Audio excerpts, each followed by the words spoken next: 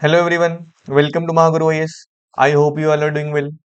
आज के हमारे करंट अफेयर्स के सेशन में हम हमारे द हिंदू का एक इम्पोर्टेंट आर्टिकल डिस्कस करेंगे जो कि बांग्लादेश के ऊपर है। तो जिसकी वजह से जो इंडिया और बांग्लादेश के बीच का जो टाइज है, जो रिलेशनशिप है, वो इम्पोर्टेंट हो जाता है। और न्यूज में क्यों था? अभी बांग्लादेश में पूरा का पूरा जो पॉलिटिकल लैंडस्केप और डायनेमिक है वो पूरा चेंज हुआ है ना। दोबारा न्यू गवर्नमेंट आई है। उसका जो हमारे इंडिया की नेबरहुड फर्स्ट पॉलिसी है उसके ऊपर इम्पैक्ट पड़ रहा है। और इंडिया और बांग्लादेश के टाइज इंपॉर्टेंट हो जाते हैं जानने के लिए। टॉपिक स्टार्ट करने से पहले मैं आपको दोनों कंट्रीज की अगर बात करूं तो हम हमेशा एक अच्छा कोटेशन आपके पास होना चाहिए। शेख हसीना ने क्या बोला? जो हमारी पार्टनरशिप है वो इस तरीके के एंकर्ड, इस तरीके पे बेस्ड है जो दोस्ती, ट्रस्ट और जो म्यूचुअल रिस्पेक्ट दोनों के बीच में जो इज्जत है वो टेस्ट ऑफ टाइम को हमेशा एंड्योर करती आई है इतने सालों से। कभी भी ऐसा नहीं हो कि बहुत फॉल आउट हो गया दोनों देशों में। ठीक है, न्यूज में मैंने आपको बताया क्यों है। अगर हम देखें कि जो हमारे इंडिया और बांग्लादेश की जो रिलेशनशिप है, जो टाइज है, वो इवॉल्व कैसे हुआ, उसका एवोल्यूशन क्या हुआ। जो दोनों नेशन है एक बहुत ऑर्गेनिक बॉन्ड शेयर करते हैं क्योंकि उनका एक सेम कल्चरल है, हेरिटेज है। हिस्टोरिकल इवेंट्स जो हमारी क्रोनोलॉजी है वो सिमिलर रही है, दोनों कंट्रीज ने सेम चीजें देखी हैं। जैसे दोनों देशों को लॉस, नुकसान सहना पड़ रहा था पार्टीशन ऑफ इंडिया जब हुआ 1947 में। इवेंचुअली उस टाइम पे बांग्लादेश नहीं था, it was a part of Pakistan. But partition of India जब हुआ था दोनों उससे पहले साथ में हुआ करते थे। बट 1947 में दोनों साइड्स पे यहाँ पे काफी ज्यादा लॉस देखने को मिला। फिर उसके बाद इंडिया ने यहाँ पे बहुत इंपॉर्टेंट रोल प्ले करा था जब इंडिपेंडेंट बांग्लादेश राइज कर रहा था। लिबरेशन वॉर 1971 की वॉर थी जो कि इंडिया पाकिस्तान के बीच हुई थी। और इवेंचुअली डेमोक्रेटिक और इंडिपेंडेंट बांग्लादेश की स्टेब्लिशमेंट करी गई थी इंडिया के एफर्ट्स के बाद। और इंडिया फर्स्ट कंट्री थी जिसने बांग्लादेश को सेपरेट स्टेट रिकॉग्नाइज करा था। उसके बाद हम आज भी हमारे भारत में 16 दिसंबर को जो बांग्लादेश का लिबरेशन डे है उसको हम भारत में विजय दिवस के तौर पे मनाया जाता है। वी सेलिब्रेट इट एज विजय दिवस इन आर इंडिया, राइट। उसके बाद जो हमारे इंडियन प्राइम मिनिस्टर है उन्होंने रिसेंटली क्या बोला कि जो अभी एट प्रेजेंट दोनों देशों के बीच में करंट बायोलेटरल रिलेशनशिप है, पार्टनरशिप है, वो अभी दोनों देश के बीच में एक सोनाली अध्याय है, मतलब एक गोल्डन फेस है दोनों देशों का। ठीक है, ये था एवोल्यूशन। एक ब्रीफ में आपको मैंने बताया। आपको बेसिक आइडिया होना चाहिए हम किस बारे में बात कर रहे हैं, दोनों देश अभी तक एट प्रेजेंट इस सिचुएशन में कैसे आए। उसके बाद अगर हम बात करें, मैंने आपको यहाँ पे एक छोटा सा मैप भी दिया है बताने के लिए। बांग्लादेश, इंडिया, ऊपर नेपाल, भूटान, ये म्यांमार का हिस्सा।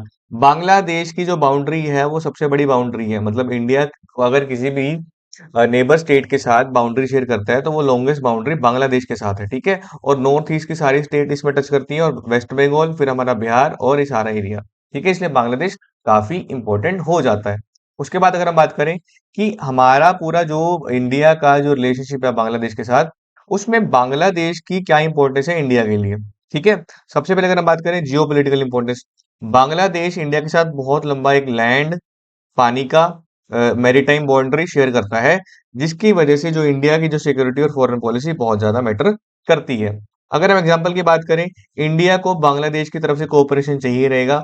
अगर इंडिया को चाइना की जो स्ट्रिंग ऑफ पर्ल्स थ्योरी है कि जो चाइना है वो इंडिया को मैरीटाइम बॉर्डर से चारों तरफ से घेरने की कोशिश कर रहा है, अगर इंडिया को उस स्ट्रेटेजी को काउंटर करना है तो बांग्लादेश की कोऑपरेशन इंडिया को जरूरी है। ठीक है, इसलिए बांग्लादेश इंडिया को जरूरी है। उसके बाद इकोनॉमिक टाइज, अगर हम बात करें इंडिया और जो हमारा बांग्लादेश है, इनके बीच में काफी क्लोज इकोनॉमिक रिलेशनशिप है। जो इंडिया है वो बांग्लादेश का one of the largest trading partner माना जाता है। और सबसे इंपॉर्टेंट चीज आपको डाटा जो याद रखना है, 2021-22 के टाइम पे जो इंडिया और बांग्लादेश के बीच का जो बायलेटरल ट्रेड था अभी तक का हाईएस्ट 18.2 बिलियन यूएस डॉलर तक पहुंच गया था। ये बहुत इंपॉर्टेंट है। ठीक है, उसके बाद कल्चरल अगर सिग्निफिकेंस की बात करें तो जो दोनों कंट्रीज के जो लोग हैं वो आपस में स्ट्रॉन्ग कल्चरल और फैमिली टाइज के साथ जुड़े हुए हैं। बहुत ऐसा लार्ज नंबर ऑफ पॉपुलेशन है जो खास करके इंडिया के ओरिजिनेटेड है, जो अभी 8% बांग्लादेश में रह रहे हैं। ठीक है, इसलिए बांग्लादेश इंडिया के लिए बहुत इंपॉर्टेंट है। उसके बाद स्ट्रेटेजिक सिग्निफिकेंस, बांग्लादेश जो है वो एक ऐसी जो जगह पे लोकेटेड है, ऐसी लोकेशन पे है कि उसको साउथ एशिया और साउथ ईस्ट एशिया के क्रॉस रोड्स पे माना जाता है। ये देखो आपको अगर मैं दिखाऊं, ये देखो ये बांग्लादेश है, ये हमारा साउथ एशिया है, और नीचे का सारा जो हमारा थाईलैंड, वियतनाम, लाओस, ये सारा साउथ ईस्ट एशिया। ये बीच का ऐसी कंट्री है जो दोनों जगह पे क्रॉस रोड्स पे पाई जाती है। ठीक है, इस वजह से जो इंडिया की जो एक्ट ईस्ट पॉलिसी है वो उसके लिए बहुत इंपॉर्टेंट चीज हो जाती है, जो ये एम करते हैं कि हम क्लोजर टाइज बिल्ड करेंगे जितने भी हमारे साउथ ईस्ट एशिया की कंट्रीज हैं। इस वजह से बांग्लादेश की स्ट्रेटेजिक इंपॉर्टेंस भी बढ़ जाती है।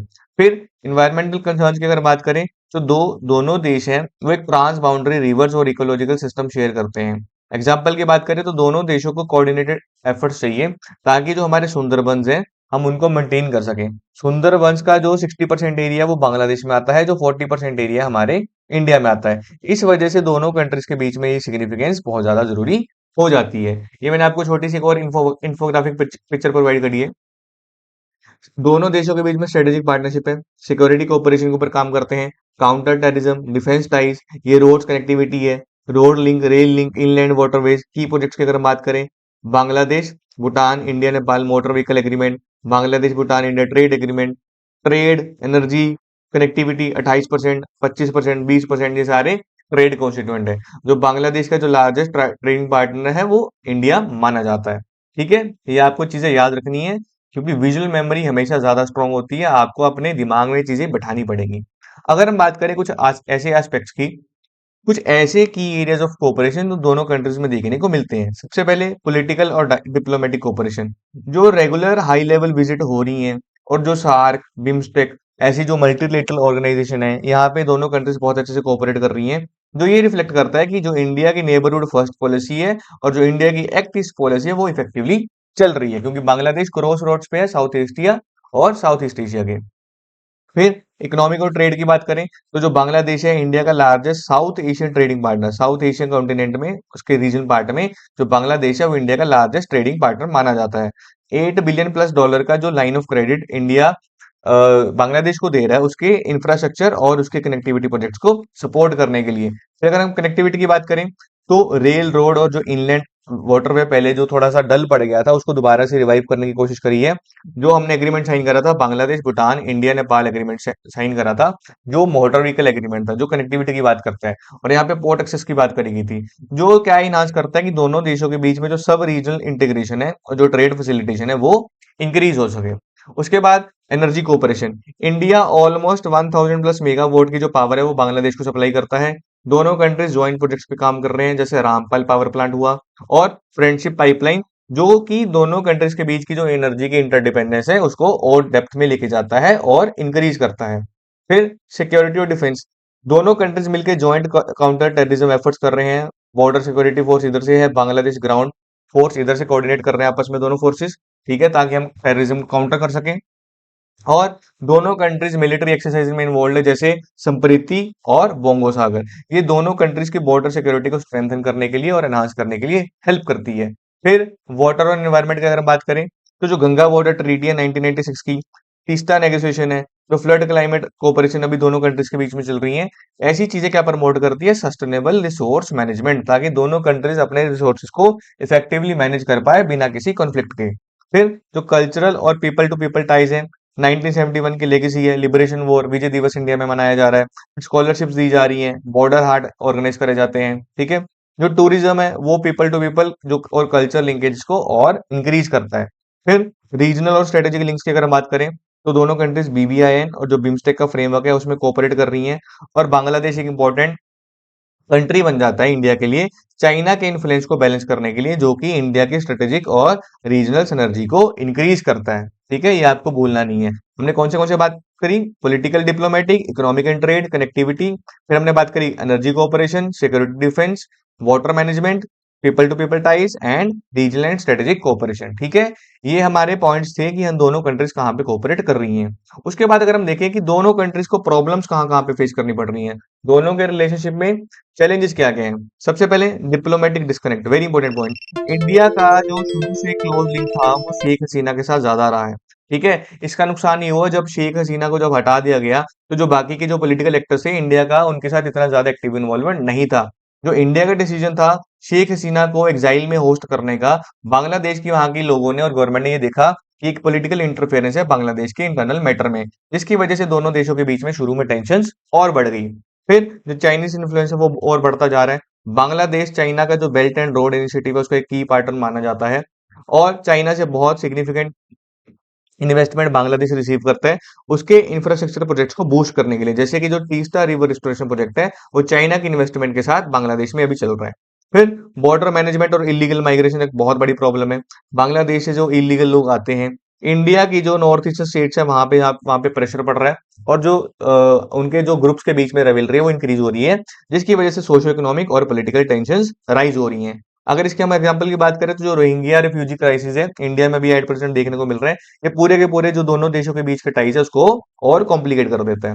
फिर जो एंटी इंडिया सेंटीमेंट है उसका राइज देखने को मिला, जो कि होना नहीं चाहिए था।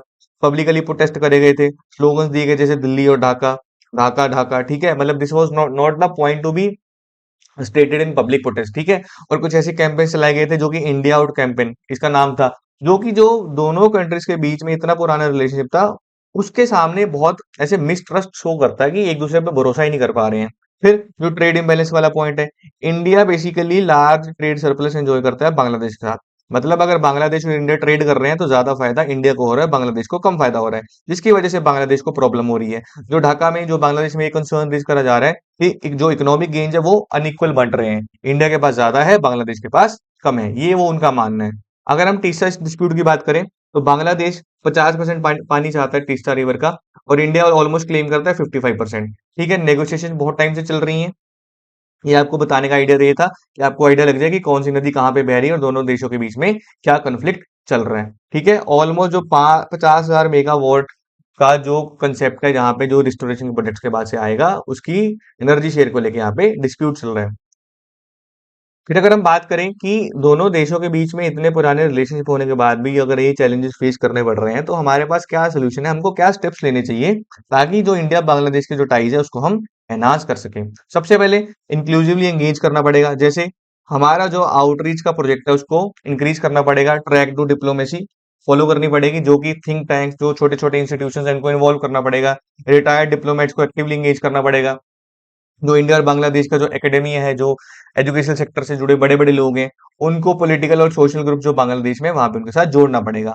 फिर सब national cooperation, Bangladesh engagement forum create करना चाहिए, खास करके उन स्टेट के साथ जिनका जो बॉर्डर है बांग्लादेश के साथ मिलता है, और उन स्टेट्स के सीएम्स को उनका मेंबर बनाना चाहिए। और जो नॉर्थ ईस्टर्न काउंसिल है और जो एक्ट ईस्ट फोरम प्रोजेक्ट है दोनों को अलाइन करना चाहिए, ताकि बांग्लादेश की ग्रोथ भी हो और इंडिया को भी कोई चैलेंज फेस नहीं करना पड़ रहा है। क्योंकि पॉइंट ये है कि बांग्लादेश इंडिया का एक बहुत ही इंपॉर्टेंट पार्टनर है। अगर बांग्लादेश में इंस्टेबिलिटी है तो इंडिया में भी प्रॉब्लम होगी, इंडिया की जो फॉरेन पॉलिसी है उसमें प्रभाव पड़ेगा।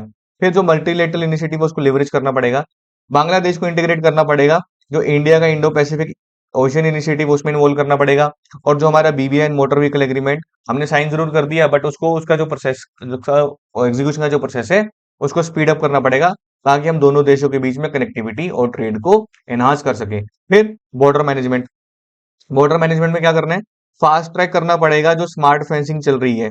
एक CIBMS बॉर्डर मैनेजमेंट सिस्टम है, ठीक है, उसमें स्मार्ट फेंसिंग की टेक्निक हम यूज कर रहे हैं कि कोई भी इलीगल माइग्रेट अगर जाए तो हमको पता चले और वो बॉर्डर क्रॉस ना कर पाए, उसको थोड़ा सा फास्ट ट्रैक करना पड़ेगा। ड्रग ट्रैफिकिंग को रोकना पड़ेगा, और सबसे बड़ी जो प्रॉब्लम है कैटल स्मगलिंग, ये देखा जा रहा है इतने सालों से जो बांग्लादेश के जो बॉर्डर में रहने वाले लोग हैं गांव दराज के, वो इंडिया की जो गाय भैंस है, जो इंडिया की कैटल है, उनको ही स्मगल करके चोरी करके ले जाते हैं। फिर जो इलीगल माइग्रेशन के हॉटस्पॉट्स हैं उसको कवर करना पड़ेगा। फिर पीपल टू पीपल कनेक्टिविटी पे फोकस करना चाहिए, हमको एक बांग्लादेश कल्चर कॉरिडोर स्टेब्लिश करना पड़ेगा, ताकि वहां पे जो शेयर्ड आर्ट दोनों के बीच में जो कॉमन आर्ट है, कॉमन फिल्म्स है, कॉमन लिटरेचर है, उसको हम इंक्रीज कर सके, प्रमोट कर सके, जिसकी वजह से जो हमारी कल्चरल डिप्लोमेसी है उसको स्ट्रेंथ मिले। फिर एजुकेशन लिंकेज, इंडिया को सुबर्णो जयंती स्कॉलरशिप प्रोग्राम्स ऐसे करके XYZ, दिस इज अ मतलब दीज आर द स्टेप्स जो आपको पता होने चाहिए कि हमको ये करना चाहिए, क्योंकि ऐसे स्टेप्स में आप अपनी क्रिएटिविटी शो कर सकते हो कि आप क्या सोचते हो, ठीक है, आपका दिमाग कहाँ तक जाता है। ये जो हमारी स्कीम की हम बात कर रहे हैं, सुबर्णो जयंती स्कॉलरशिप स्कीम, हमको बांग्लादेशी स्टूडेंट्स के लिए इंडियन यूनिवर्सिटीज में इसको इम्प्लीमेंट करना चाहिए, ताकि दोनों देशों के बीच में जो एजुकेशनल और जो यूथ एंगेजमेंट है वो इंक्रीज हो सके, और इवेंचुअली जो हमारे डिफरेंसेस है हम उसको काउंटर करके जो दोनों कंट्रीज नेबरिंग कंट्रीज के बीच में इतना प्यारा इतना पुराना रिलेशनशिप है उसको हम एनहांस कर सकें। और हमको ये मेक श्योर करना पड़ेगा जो बांग्लादेश है वो चाइना के ज्यादा इन्फ्लुएंस में आके हमको नुकसान ना दे। ठीक है, अगर हम इस पूरे टॉपिक की कंक्लूजन और निष्कर्ष की बात करें, अगर हमको इंडिया बांग्लादेश रिलेशंस को सस्टेन करना है तो उसके लिए हमको बैलेंस डिप्लोमेसी, प्रोएक्टिव एंगेजमेंट और डीपर कोऑपरेशन में काम करना पड़ेगा, जैसे ट्रेड, सिक्योरिटी और कनेक्टिविटी से जैसे सेक्टर्स में। एक फॉरवर्ड लुकिंग स्ट्रेटेजिक पार्टनरशिप चाहिए दोनों कंट्रीज के बीच में, ताकि हम ये इंश्योर कर सकें कि हम म्यूचुअल ग्रोथ और रीजनल स्टेबिलिटी के साथ साथ पूरे साउथ एशियन का जो लैंडस्केप है उसको हम बढ़ते टाइम के साथ दोनों कंट्रीज साथ में वॉक कर पा रहे हैं, साथ में क्रॉस कर पा रहे हैं। ठीक है, this was all about India Bangladesh ties. हमने डिस्कस करा कि कौन से स्टेप्स के साथ हम इंडिया बांग्लादेश टाइज को स्ट्रॉन्ग कर सकते हैं, दोनों के रिश्तों में अभी क्या प्रॉब्लम्स चल रही हैं, काफी टाइम से दोनों जो कंट्रीज है वो कौन से एरियाज में अच्छे से कोऑपरेट कर पा रहे हैं, और जो स्पेसिफिकली बांग्लादेश इंडिया के लिए क्यों इंपॉर्टेंट है। ठीक है, सिग्निफिकेंस क्या है बांग्लादेश की इंडिया के लिए। और साथ में मैंने आपको यहाँ पे इन्फॉर्मेशन प्रोवाइड करी है, पिक्चर प्रोवाइड करी है आपकी विजुअल मेमोरी के लिए। हमने साथ ही साथ टॉपिक के स्टार्टिंग में देखा था कि दोनों कंट्रीज का एवोल्यूशन कैसे हुआ रिलेशनशिप का। Alright, this was all about India Bangladesh ties. I hope you got my point. Thank you so much.